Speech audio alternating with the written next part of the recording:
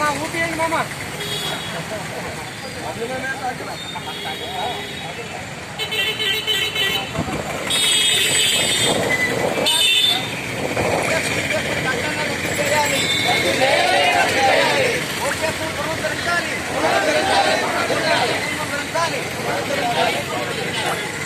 ఈనాడు భారతదేశంలోని ముఖ్యంగా భారతీయ జనతా పార్టీ అధికారంలోకి వచ్చిన తర్వాత విద్యారంగాన్ని కేటాయింపులు జనానికి ఆడుతున్నటువంటి బీజేపీ ప్రభుత్వం 2014లో మన విద్యాశాఖ కేటాయింపులు బడ్జెట్ మొత్తం జీడీపీలో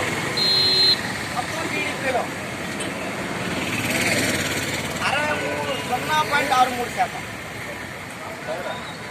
ఇప్పుడు అది చూస్తే మొత్తం జీడీపీలో 0.37% అంటే 0.26% తగ్గింది. అంటే ఈనాడు గత 23-24 ఆర్థిక సంవత్సరాలు చూసుకుంటే భారతదేశం 142 కోట్ల ప్రజల్లో 92 కోట్ల మంది సంపాదించిన సంపద ఏదైతే ఉందో అది 325 లక్షల కోట్ల రూపాయలు. 320 లక్షల కోట్ల రూపాయలు. దాన్ని మనం బేరేజ్ వేసుకొని ఈ 24-25లో వాళ్ళ విద్యాశాఖ 1,25,000 కోట్లు శాఖ. దీన్ని మనం ఎంత గమనం చేయాలి అంటే ఇలాగ నిధులు తగ్గించకపోతే భవిష్యత్తు మనకి ఉపాధ్యాయుల కోర్సు ఈ రాష్ట్రానికి ఏ రకంగా కేంద్ర ప్రభుత్వం డబ్బులు ఇవ్వాలి. ఈ సంరక్షణ ఉంది సంరక్షణ ఉంది సంరక్షణలో